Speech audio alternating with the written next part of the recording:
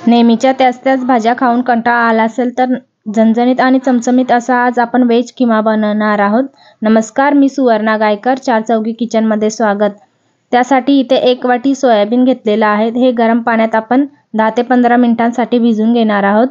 10 ते 15 मिनिटांनंतर यातील पाणी सर्व काढून घ्यायचे हाताने दाबून आणि हे मिक्सरला छान बारीक वाटून घ्यायचंय.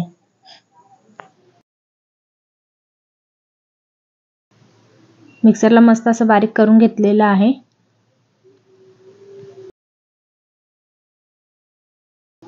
कढईमध्ये तेल गरम करून घेतलेलं आहे आणि यामध्ये थोडं तूपही घातलेलं आहे. त्यानंतर त्यामध्ये तेजपत्ता आणि बारीक चिरलेला कांदा घालून छान मस्त गुलाबी होईस तोपर्यंत शिजवून घ्यायचं आहे. कांदा छान शिजलेला आहे. आता त्यामध्ये आगरी मसाला, धने पावडर, गरम मसाला आणि हळद घातलेली हे छान परतून घेणार आहोत. त्यानंतर त्यामध्ये 1 चमचा आलं, लसूण, हिरवी मिरची यांची पेस्ट घातलेली आहे. ही सुद्धा छान शिजवून घेणार आहोत आपण. त्यानंतर त्यामध्ये 1 टोमॅटोची पेस्ट करून घेतलेली ही परतवून यावर झाकण ठेवून शिजवून घेणार आहोत आपण. बारीक गॅसवर ती शिजवून घ्यायची टोमॅटोची पेस्ट.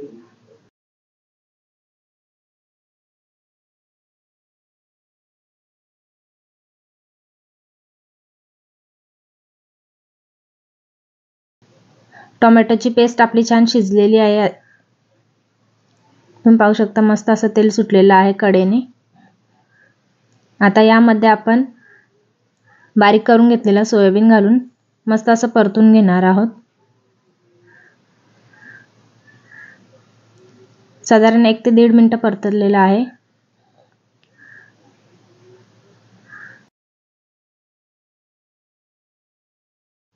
मस्त असं परतून झालेलं आहे. आता यामध्ये आपण 1 ग्लास पाणी घालणार आहोत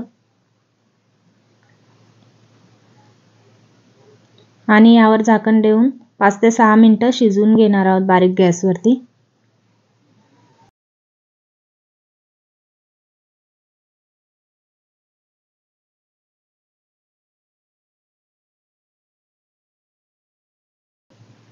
पाच ते 6 मिनिटांनंतर झाकण काढूयात. त्यामध्ये आपण भाजलेल्या खोबऱ्याचं कूट आणि बारीक चिरलेली कोथिंबीर घालून परतून घेणार आहोत आणि यावर झाकण ठेवून एक वाफ काढून घेऊयात.